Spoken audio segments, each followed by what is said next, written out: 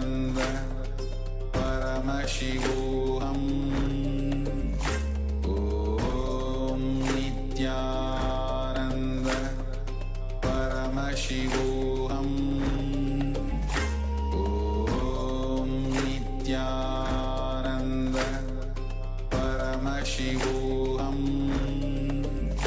Om Nityananda Paramashivoham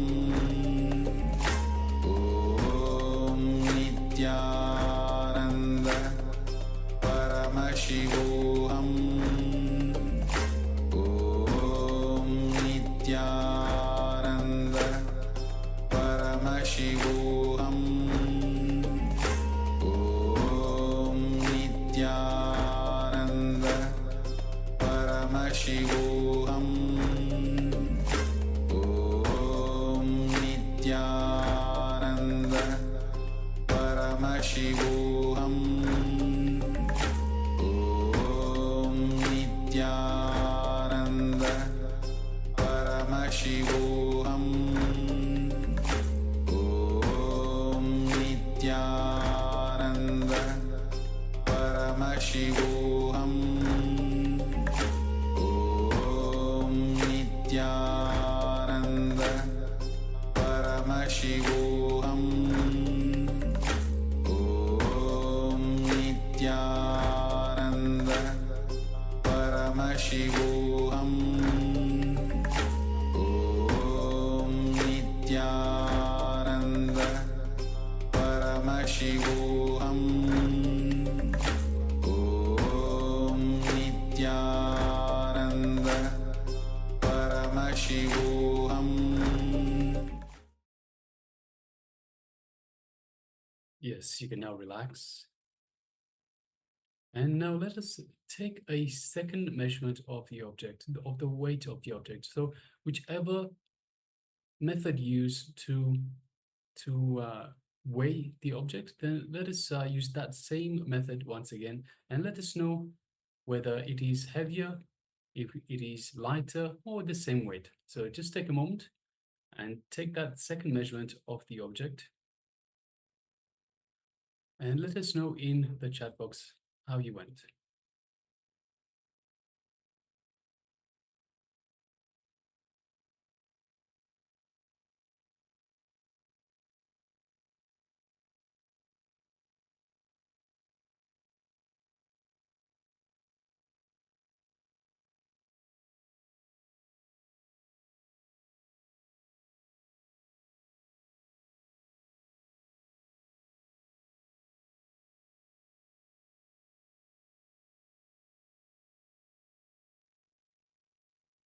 Yes, so Matthew Aya says it could possibly be lighter in weight. Yes, thank you very much for sharing. And of course, congratulations for manifesting.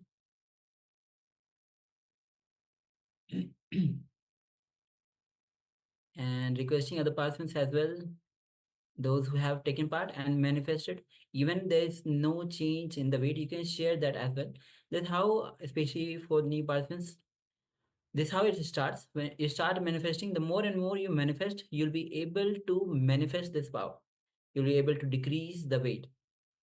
Understand the power starts from the oneness. The more and more you manifest the power, the more you express these powers through you.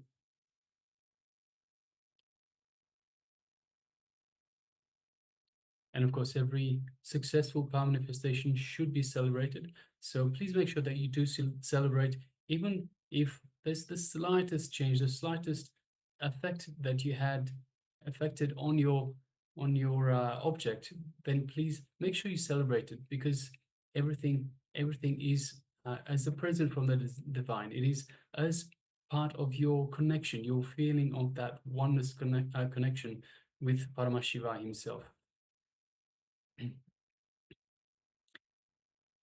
And of course, by celebrating, you acknowledge that oneness, you celebrate that oneness, and you have gratitude for Paramashiva in your life. So let us make sure that we celebrate every little victory that we have. And of course, every large victory as well, every grand victory as well.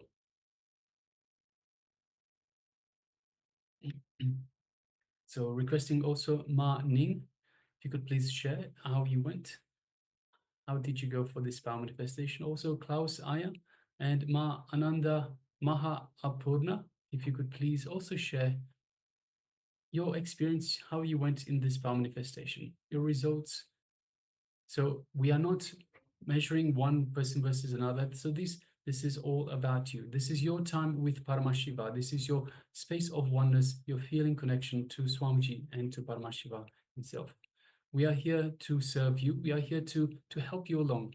So we're not comparing one with the other, because every person is unique. Every person has their own path, their own connection. And of course, our path to enlightenment, for some, it can happen just like that in a split moment. So it doesn't matter where you are, how far you think you are, how well you've manifested in the past. Everything could change just like that. So yes, Klaus Aya says same weight. And we also have Ma Ning that says, I don't know because I don't have measurement.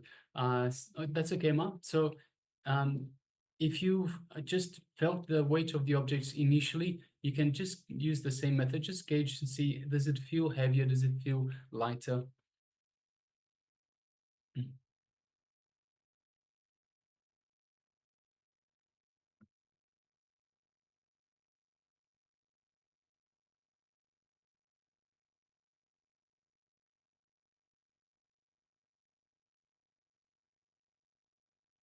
And also with the previous note, just what Swamiji revealed in the last revelation, he said that the moment you start, when you unclutch, totally unclutch, you are totally disconnected from your past. The transformation happens totally. It is no way connected to what you have been before and what happens to you after the transformation.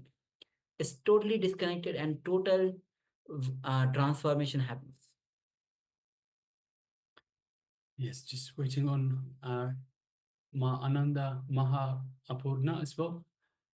See, don't be afraid to share as well. So even see, when you share, you have more confidence. You build more confidence in your abilities.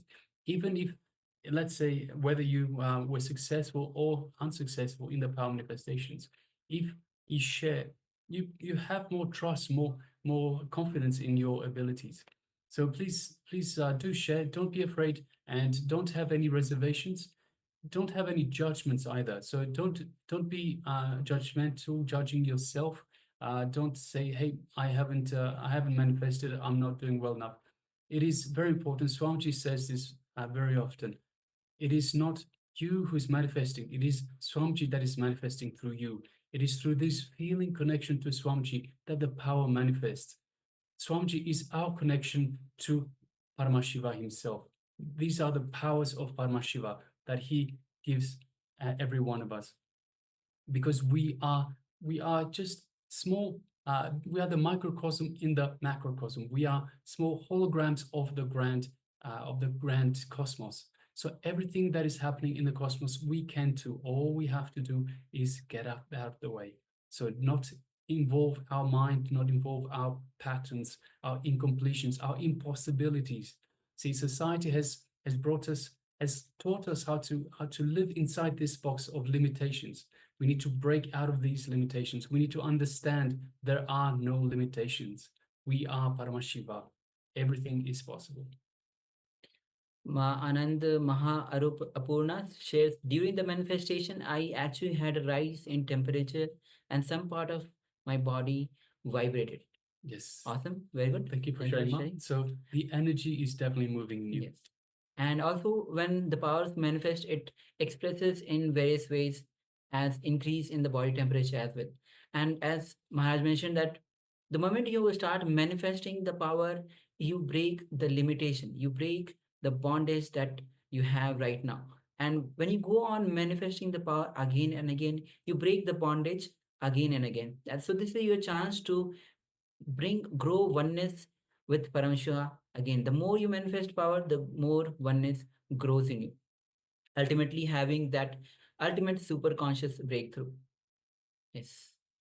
All right. So thank you very much for everyone for taking part, and congratulations to all for or manifesting, whether you manifested, they haven't manifested yet to manifest, I should say.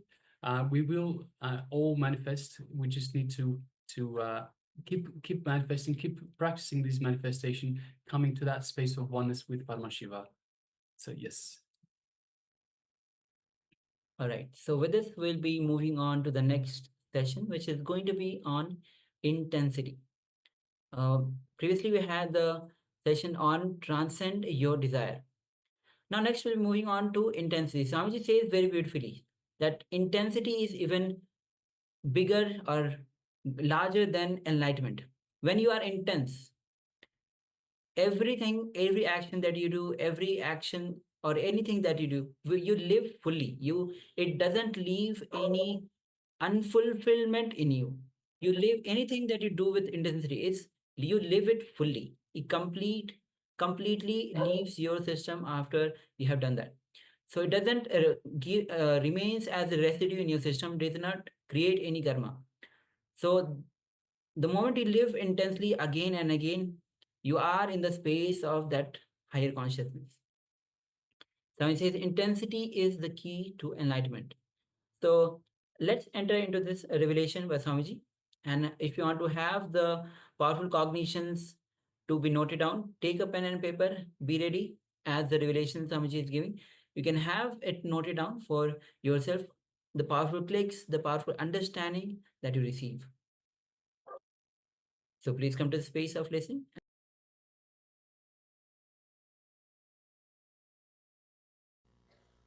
Today's subject is intensity is the key. Make it your very DNA.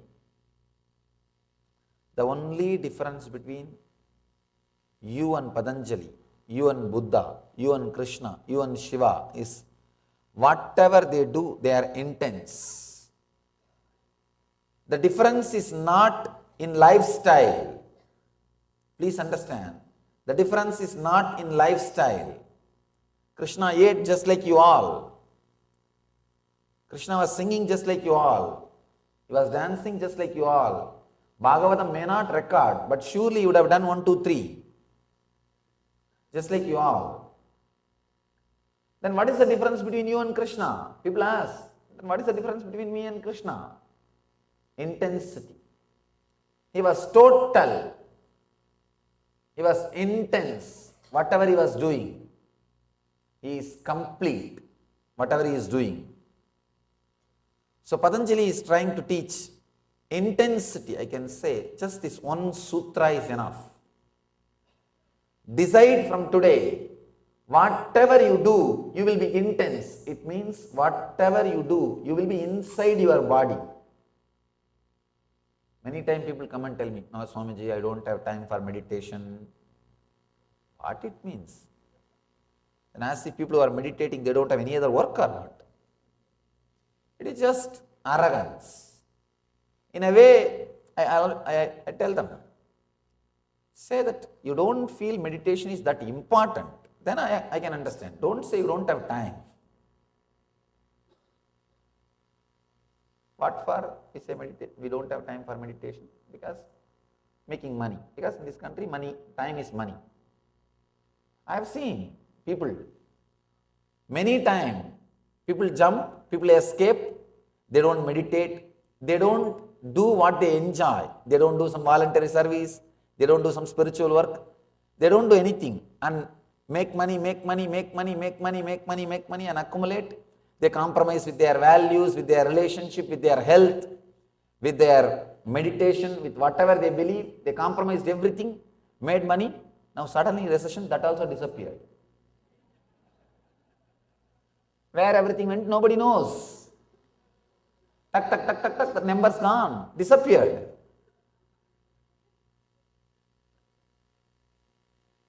At least people enjoyed their life, meditated, did some spiritual service and lived happily.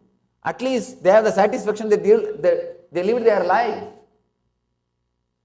People who tried to convert everything into money, now suddenly that is also gone. Nobody knows where it has gone. That's another one funny thing. Fictions being sold in fractions. Fictions are being sold in fractions continuously. And people have, all of them have put their money in that field where the fictions are being sold in fractions. And suddenly, it's not there. At least people who lived their life, who lived what they wanted, who lived the values which they wanted, now they have the satisfaction. They lived their life. People who compromised, they don't even have that satisfaction. Anyhow, whenever people come and tell me, Swamiji, I don't have time for meditation, I tell them, just do only one thing. Only one thing. Every day at least 1 hour you spend with your body. Brushing, cleaning, taking bath, dressing, at least 1 hour. I say minimum. That 1 hour decide, you will be with your body.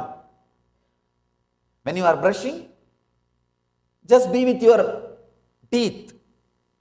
When you are taking shower, just be with your skin. When you are dressing, just be with your body. Just that 1 hour spend with you, that's all. Nothing else. That is enough. You will see so much of transformation will happen in your system. You may think it is too simple. But if you look inside your life, when you start brushing only, you will be sitting in your office and doing all your work. When you are taking bath, you will be cursing everybody in the life. You can see, those are the moments you don't live with you. You don't live with you. Just this 1 hour.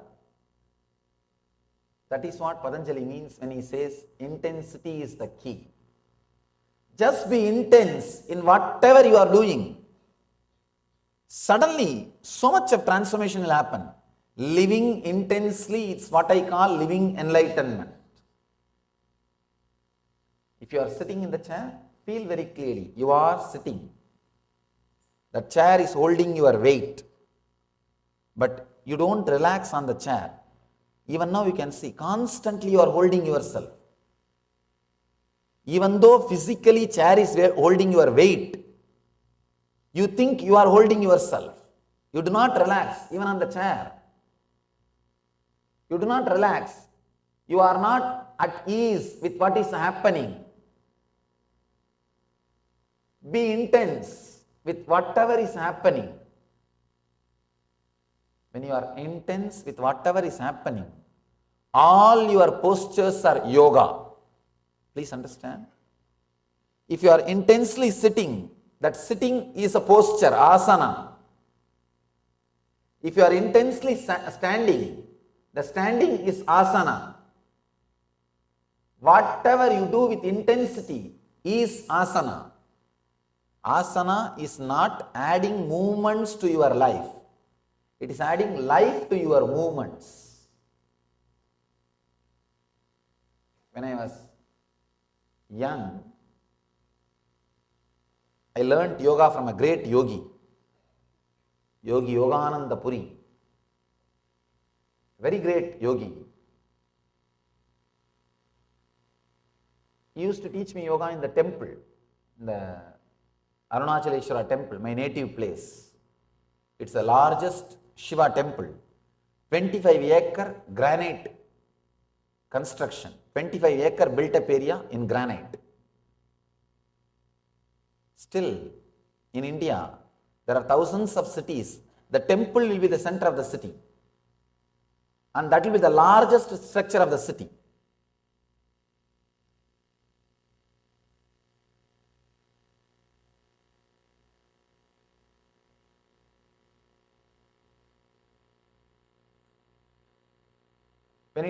When he used to teach yoga to me, he will make me claim all the pillars. From morning till evening, all the temple stone pillars I have to climb up and down, up and down, up and down. After I grew up, when I started reading the yoga literatures, suddenly I found out this is not yoga. I asked him, why did you make me do that? Because when I was doing, I was really thinking it is yoga. And now I don't see in any book any reference that it's yoga. He just laughed and said, what needs to be achieved through yoga? Did you achieve through that practice? I said, yes, that I achieved, no doubt. Then it is yoga, relax. He gave me an important key, click. That is the key based on which I have designed the whole Nitya Yoga. The key is, with any intention, you move your body, that intention will become part of your bio-memory and it will express itself in your life. With any intention you move your body, that intention will become part of your bio-memory and that will become reality in your life. He showed me just by the intensity. You can play with any energy. Any energy. I have seen. You will take a stone, keep it in the hand, create a sound intensely through his tongue, as if he is hitting the stone with a hammer. Just the sound, the stone will go to pieces. The power of intensity. Intensity.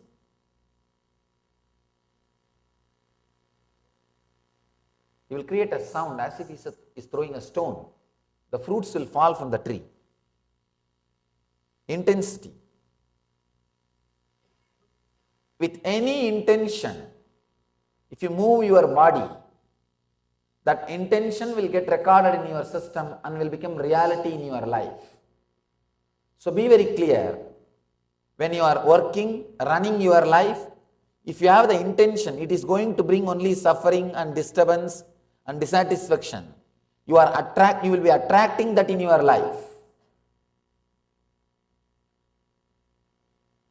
So having positive intentions and moving your body is yoga. Any movement is okay. Any movement is okay. If the intensity becomes your bio-memory, suddenly you know you are in heaven. You are living enlightenment. You are radiating Jivan Mukti. Patanjali says very beautifully, intensity is the essence. Please understand. Intensity is the difference between religion and spirituality. Without intensity, even meditation will be a ritual. I have seen many people meditating all over the world. Now I know by conducting classes all over the world, how different culture, different country people sit and sleep. Everywhere I am seeing how people sit and sleep, how they miss the words, how they sit and sleep. Without intensity, even your meditation will be a ritual. With intensity, even your ordinary activity like walking, talking, eating, sitting will be meditation. It will radiate. With intensity, you will attract that same kind of people around you. The same kind of people you will attract around you. You will feel connected to them. You can see many times people come and tell me, Swamiji, 4 years before I started my spiritual journey, I feel of late the whole world, everywhere spiritual awakening is happening. No. Actually, when you start journey, suddenly you will see in your life, you will start attracting spiritual people, spiritual ideas, spiritual magazines, spiritual websites. All those things will automatically start coming in your life. You will see people giving you that kind of gifts, that kind of books. You will start feeling connected to those things. World is not becoming spiritual. Your world is becoming spiritual. So with intensity, you will attract right people around you and you will feel connected to right people. Without intensity, even if right people happen around you, you will miss. I know thousands missed me. I know thousands lost me.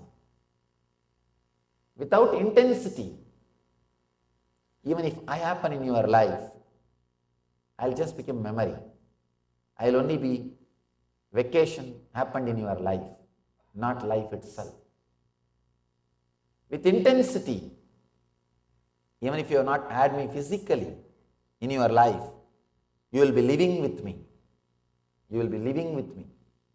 Without intensity, even if it happened in your life physically, you miss. You will miss. It will be just lost. Intensity is the ultimate truth. Today morning in the press meet, one journalist asked me, what's the difference between religion and spirituality? If it is taught to you by somebody, anything it may be, it's religion. If you discover the truth of it by applying it in your life, it is spirituality. It is spirituality. Till you discover, it is religion. Only when you discovered it, it is spirituality. Intensity is the key for discovering it. That is the key for discovering it.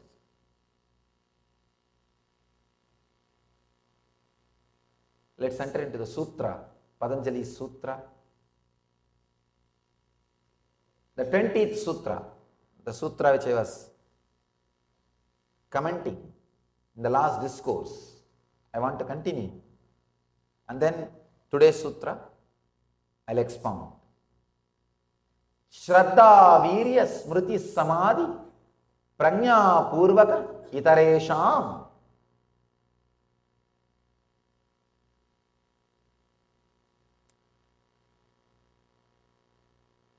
Patanjali explains the science of samadhi, science of enlightenment. Let me give you the translation. Shraddha Virya Smriti Samadhi Prajna Purvaka Itaresham. The path of highest samadhi is attained by people by faith in the path, energy directed on the path, repeatedly bringing to awareness, concentration and discrimination.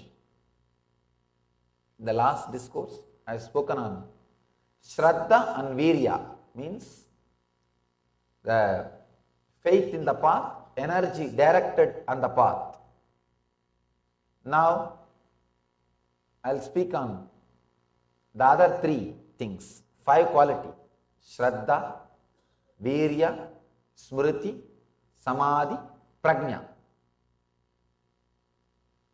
Shraddha means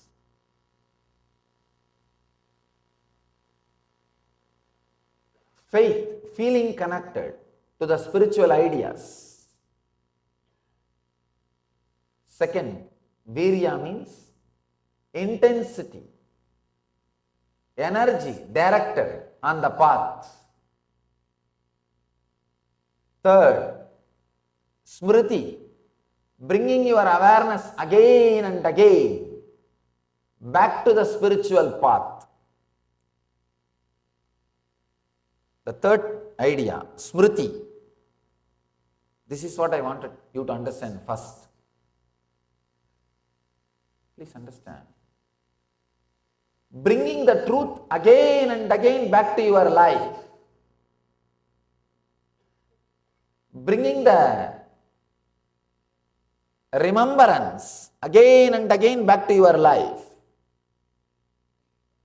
See, when you are in depression, if somebody comes and talks to you and gives you the right idea, right click to come out of the depression, what great service that person is doing to you. Or if you yourself are able to do that service to you, how great your life will be. The ability to do that service to yourself is what I call smriti. Remembering the great truths,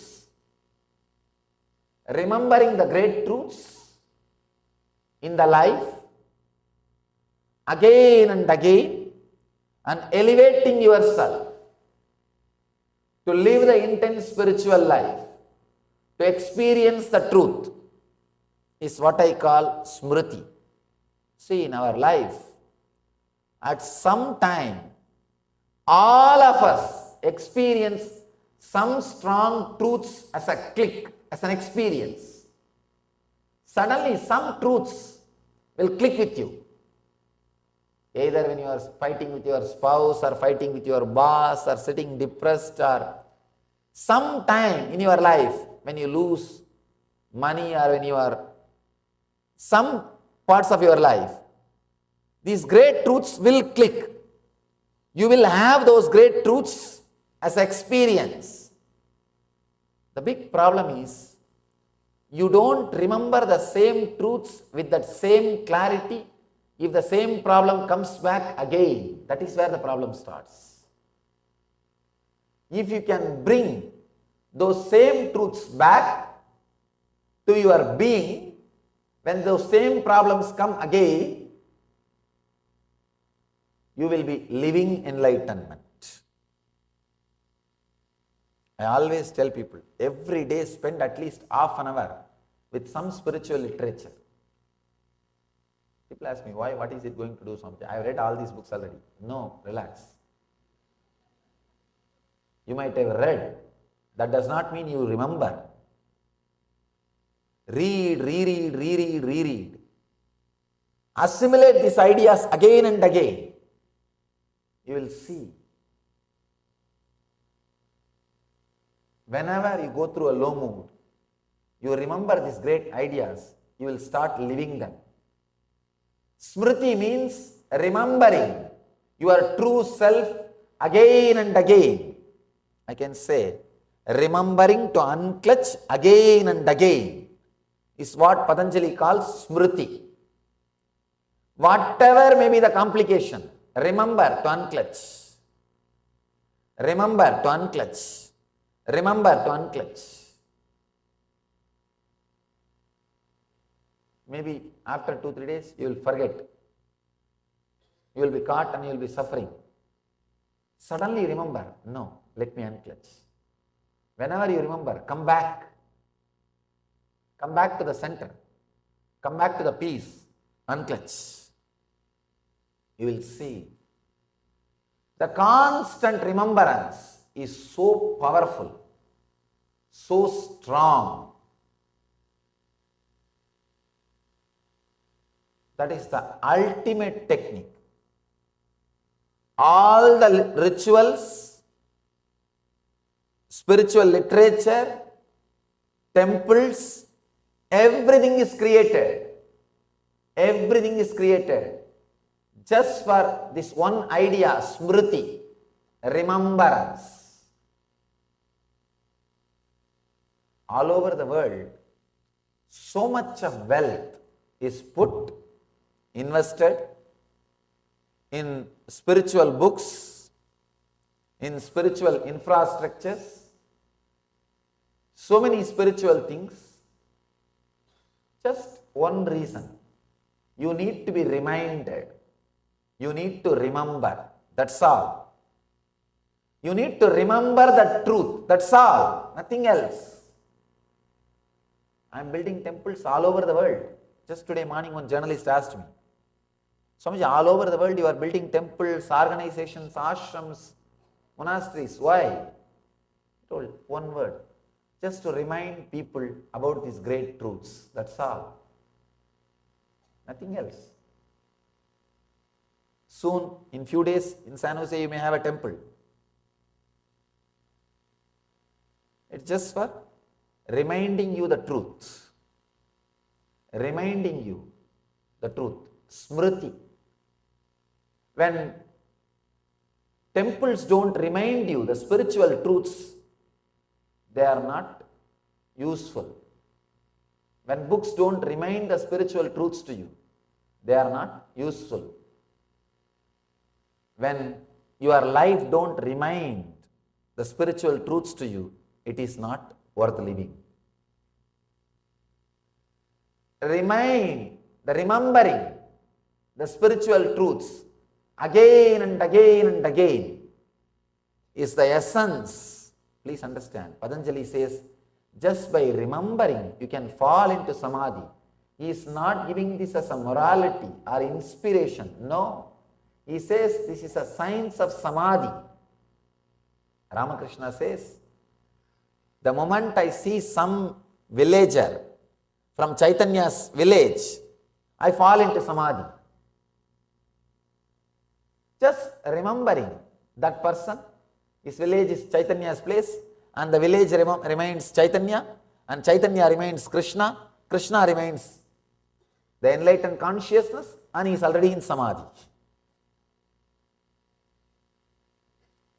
The right remembrance can straightaway transport you to samadhi. The wrong remembrance can immediately put you in depression. This word all of you can understand, because it's your experience. A wrong word can put you in samadhi immediately. The right remembrance. Wrong words can put you into depression immediately. The right remembrance can put you into samadhi immediately. For right remembrance only, smriti only, the satsangs, temples, rituals, everything is created. See, rituals are nothing but everyday reminding your godliness. Before doing any ritual, the first mantra is called Manasa Puja, remembering your soul as God and worshipping that. Only then you worship that same consciousness in the deity. It means what? The puja is nothing but remembering the great truths. Smriti. If you have remembrance, you don't need anything from the outer world. If all these outer world things do not remind you, then they have no use. Then they have no use. Smriti, the mala, bracelet, everything is just for remembrance. Smriti, nothing else. It's not for any other reason, just reminding you. Whenever you see them, you remember these great truths. This mala, bracelet and all is to help you not to forget the truth. But sometimes people forget that itself. Reminding the truth, smriti. The next truth, Patanjali says, prajna. Samadhi and prajna. Samadhi means constantly trying to be in the deep silence, the gap between the two thoughts in your inner space. See, the gap between the two thoughts of your being. You again and again experience samadhi every moment in your life. The problem is, you don't have patience for that gap. You are running without even knowing why you are running. I have a story for you. An overweight man went to the doctor who advised him to lose 10 pounds. The doctor recommended that the man should run 5 miles every day for the next 100 days. The patient phoned the doctor exactly 100 days later.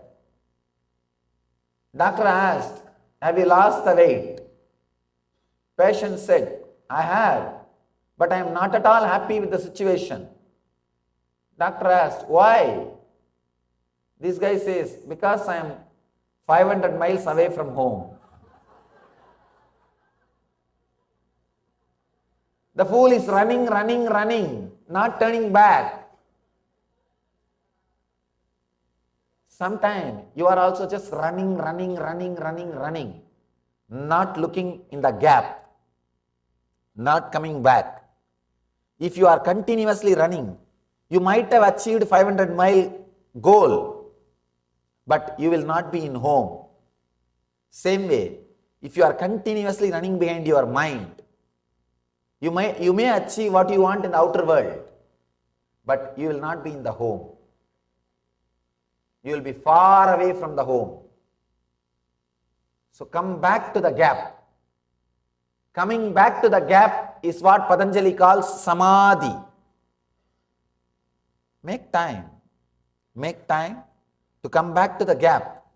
Don't say I am not able to. Every moment the gap is happening inside you. Because of the gap only the next thought is able to come. Understand? It's like the fish tank, water bubbles coming up. It may look that all the bubbles are interconnected, but they are not. There is a gap. Same way, you may feel the thoughts are continuously connected. No, there is a gap. Relaxing in that gap is what Patanjali calls samadhi. The fifth idea Patanjali is sharing is prajna, means discrimination.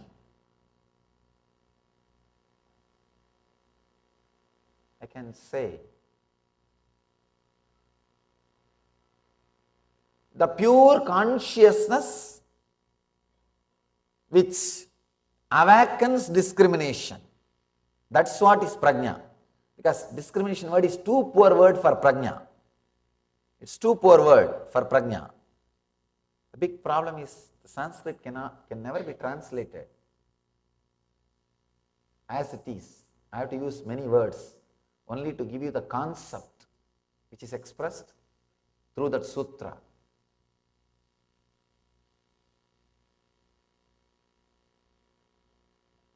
Discrimination, please understand, consciousness which awakens the discrimination. When you are aware, when you are conscious, you can never make a mistake. You can never make a mistake. When you are conscious, constantly you respond to the situation in the present moment. See, if you are not conscious, you act based on your engrams, not based on the truth, your own intimate experience. If the prajna is there, you act based upon your own intimate personal experience. If the prajna is missing, you act based on the samskaras, hearsay, what they will say, what he will say, what the other will say. From the samskaras, the person who is operating from prajna will have a deep discrimination. He will have very deep discrimination. I have a story for you. Two gas company servicemen, one old, one young, were calling on houses in a neighborhood, checking the meters. At the final house on their round, a lady watched through the window as they checked the meter. Their truck was parked at the end of the street.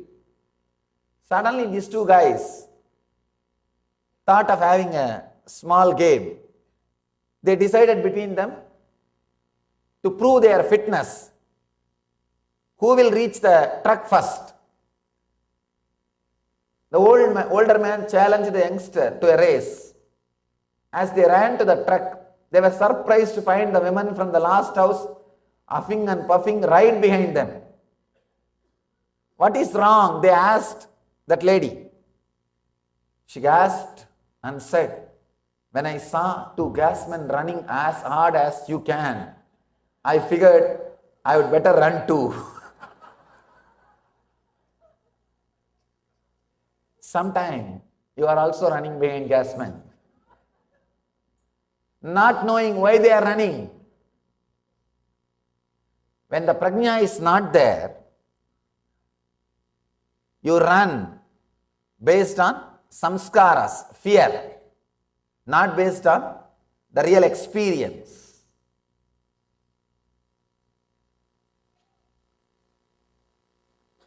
With prajna, with consciousness, you will be very clear what I mean by the word consciousness. Please understand. Just when I started the discourse, what I said, just being inside your skin. Just be inside your skin.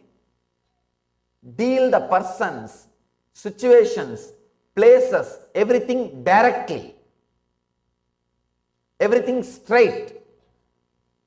Be inside your skin and deal the things directly. Then you will be very clear. You will be very clear what you can, what you can't, what is your life, what is your goal, everything. You will be very clear. You will be very clear what you can and what you can't, what you want and what you don't want.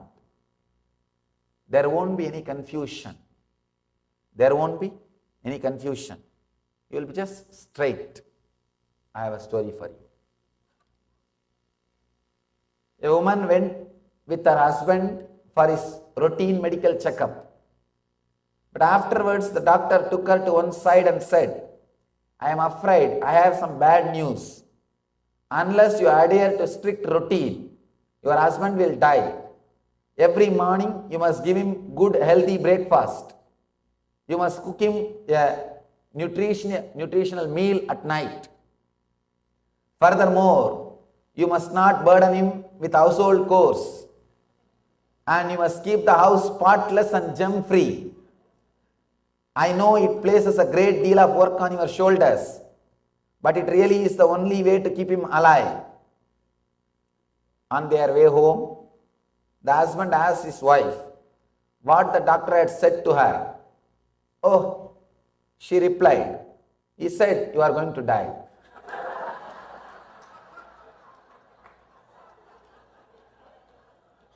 You will be very clear what you can and what you can't, what you want and what you don't. With consciousness, there is no confusion. There is no confusion whether you can do or can't do. The dilemma between can and can't will not be there. The dilemma between want or don't will not be there. The power of consciousness, prajna, will remove ajna. Please, ajna means ignorance. Prajna means beyond ignorance. As long as you have ignorance, be very clear, you do not have prajna. Somebody goes to Buddha and asks, Buddha, I have a huge problem in my country. He's a king. Almost all the kings who were alive in Buddha's period in India were either sannyasis of Buddha or disciples of Buddha. Because he showed in his life, kingdom is nothing. Kingdom is nothing. He showed in his life, the kingdom is nothing. And the great truths of spirituality is the strength. Almost all the kings were his disciples. Either they have taken sannyas and left the kingdom. If they are sitting in the kingdom, they are ruling as Buddha's representative. That's all. Goes and asks, there is so much of confusion in my kingdom.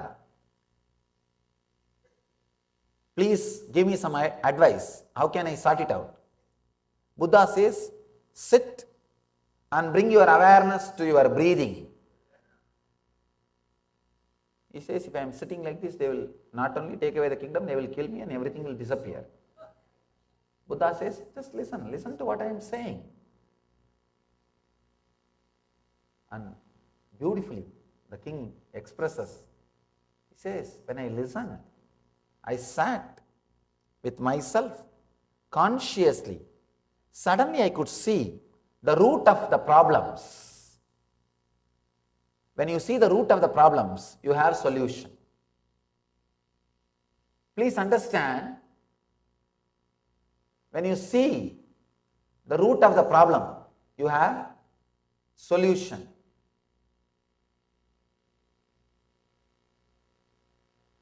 The big problem is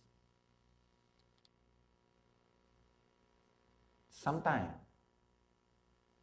we don't look into the problem and try to find out solution. We don't have patience to look into the problem, but try to find out the solution. That is where the whole problem starts. If you can just look in, you will see not only you have a solution, suddenly problem dissolves. Problem dissolves. The problem itself do not have its root. The root in which it is rooted, the very root disappears.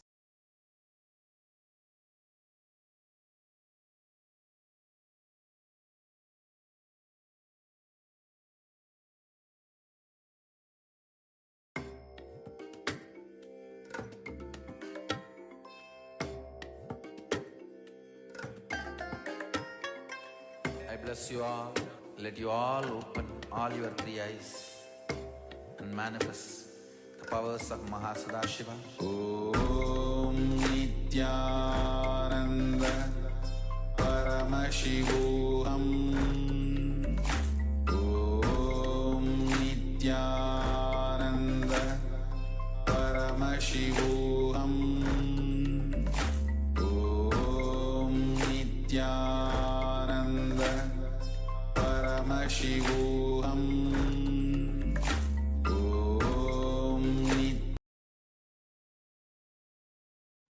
Yes, Nitan overview. So intensity is the key. Swami shares constantly being in samadhi, and Swami shares many stories, and the stories are actually being really nice. So samadhi, Swami shares samadhi means constantly being in the state of restful awareness, where you are residing between the two gaps, gap between the two thoughts, which is shana. The more and more reside between in that shana, the more you are in samadhi. All right. So with this, yes. Just before we go, so Matthew, we reached out to someone to reach to the people that are responsible for the level 3, and so hopefully that issue will get sorted out soon. Yes, Right. thank you, Ayam. Yes. All right. So with this, we'll be moving on to the internalization exercise.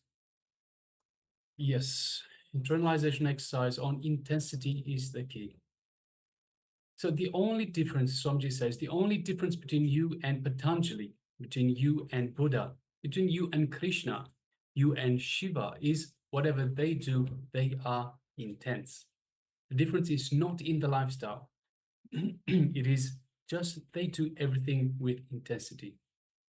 So decide from today, whatever you do will be intense. It means whatever you do, you will be inside your body. How a child feels connected to the mother, yearns for the mother, strong yearning for the mother, and how you feel connected to your beloved when you are in love. When you are in love, whatever you may be doing, undercurrent, you will just feel the constant feeling, memory of him or her, just filling your inner space. So when you are in love, the constant undercurrent will be there, filling you, overflowing in you. That is intensity. When you're when you're in a space, you're is there is a constant undercurrent that is filling you when you are in love. That is one of the example that Samaj gave to understand what is intensity. Then you are overflowing in intensity. If it can be directed towards fulfillment or enlightenment, suddenly you will see you are awakened. So intensity is the ultimate truth.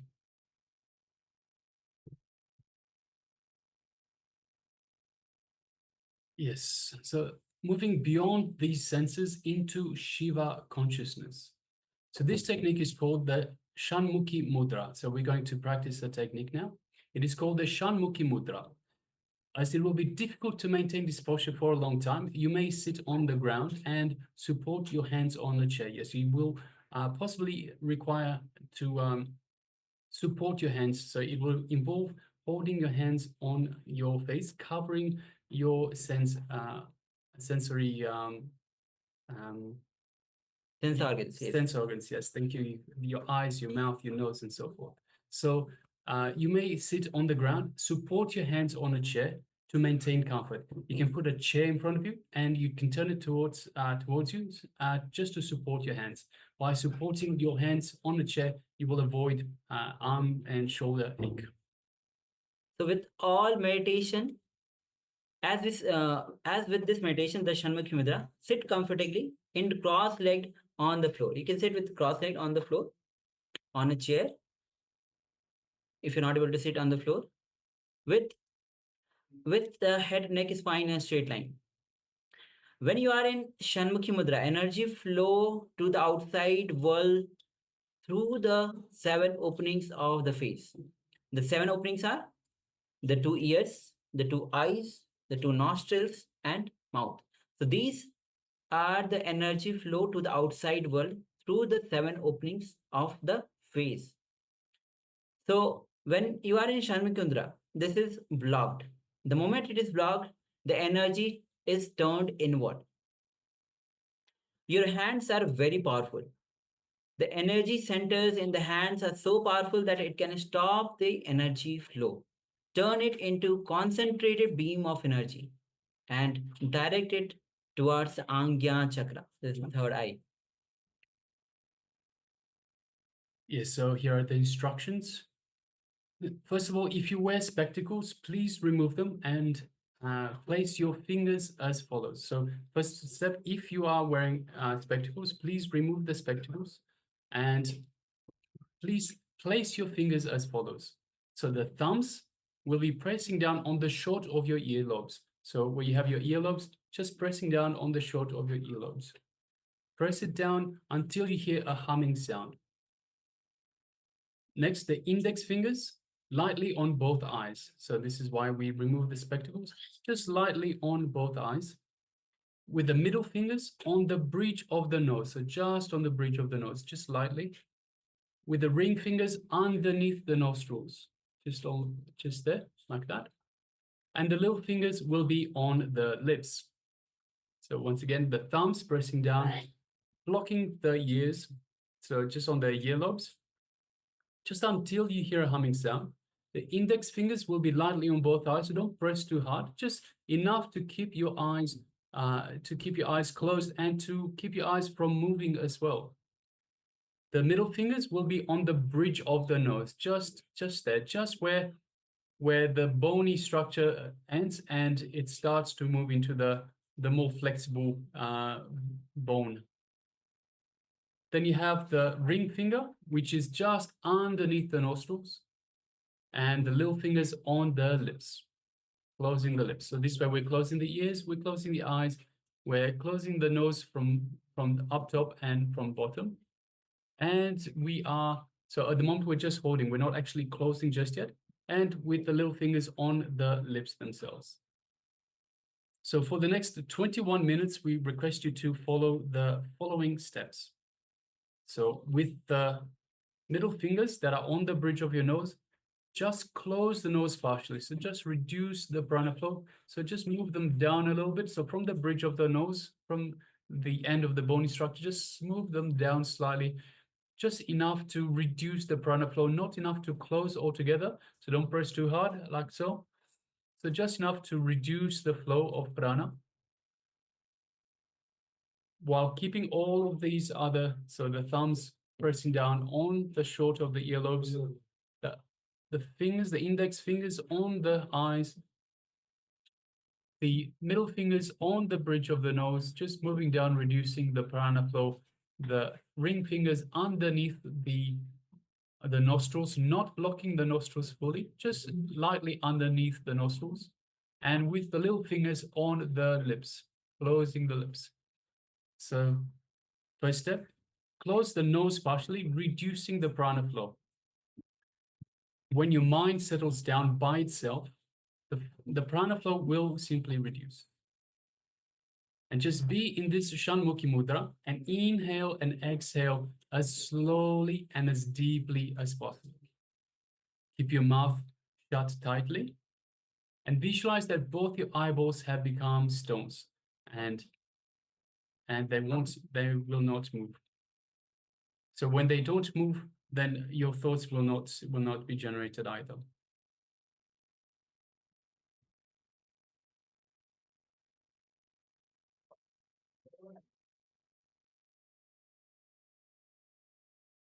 So now we'll be entering into this meditation. The instructions for the reference will be projecting.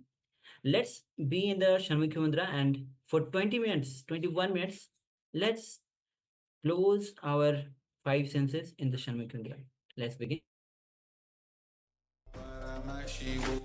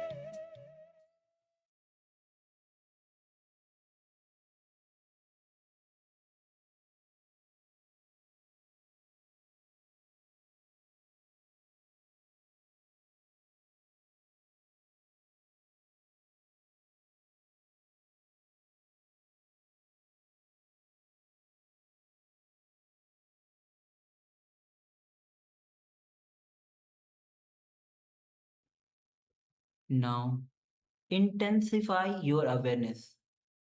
Do not create stress. Try to penetrate with deep awareness. Don't create pressure, create only awareness. Visualize intensely as if you are penetrating your third eye with a drill bit. Please continue.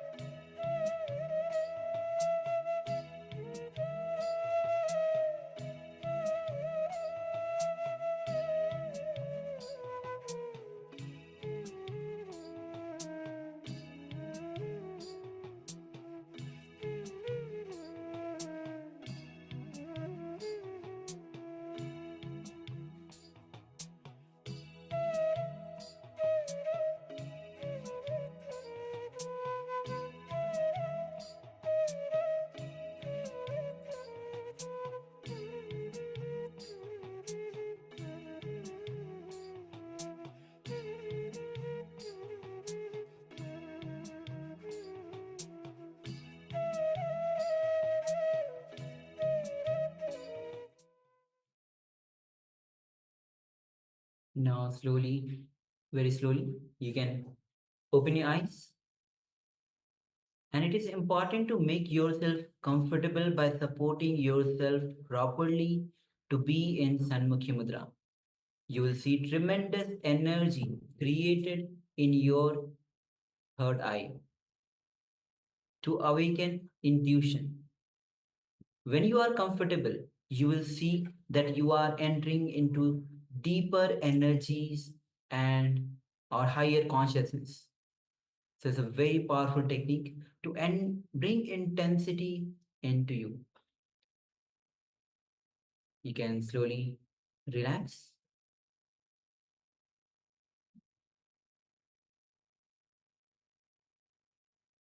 Yes.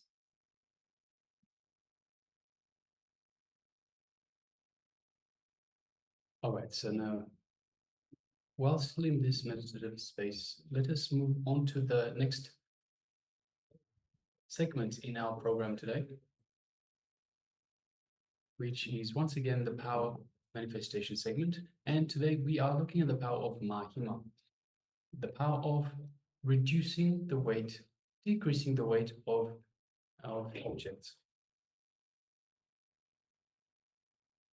Yes.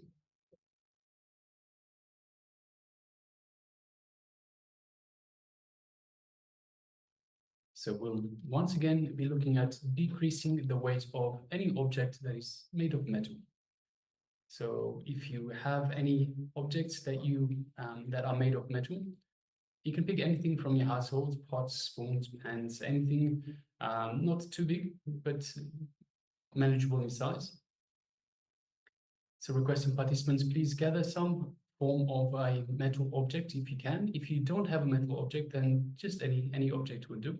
But preferably if you can find a metal object, let us go for a metal object. So just take a few moments and find this object and come back and let us know you're ready to go.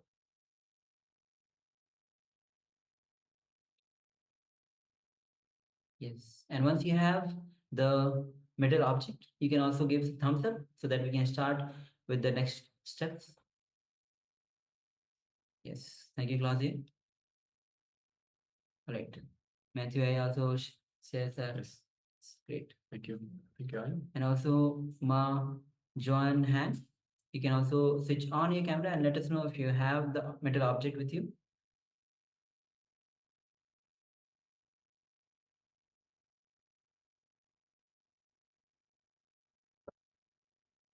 All right, so now let us sit comfortably once again with the head, neck, and spine in a straight line. And let us invoke Swamiji in our inner space. Just the mere remembrance of Swamiji in our inner space invokes Swamiji. Swamiji is, just like we said yesterday, in terms of the Aryahantas, just waiting for us to acknowledge they are available for us. Similarly, Swamiji, the enlightened master, is awaiting for us to acknowledge him.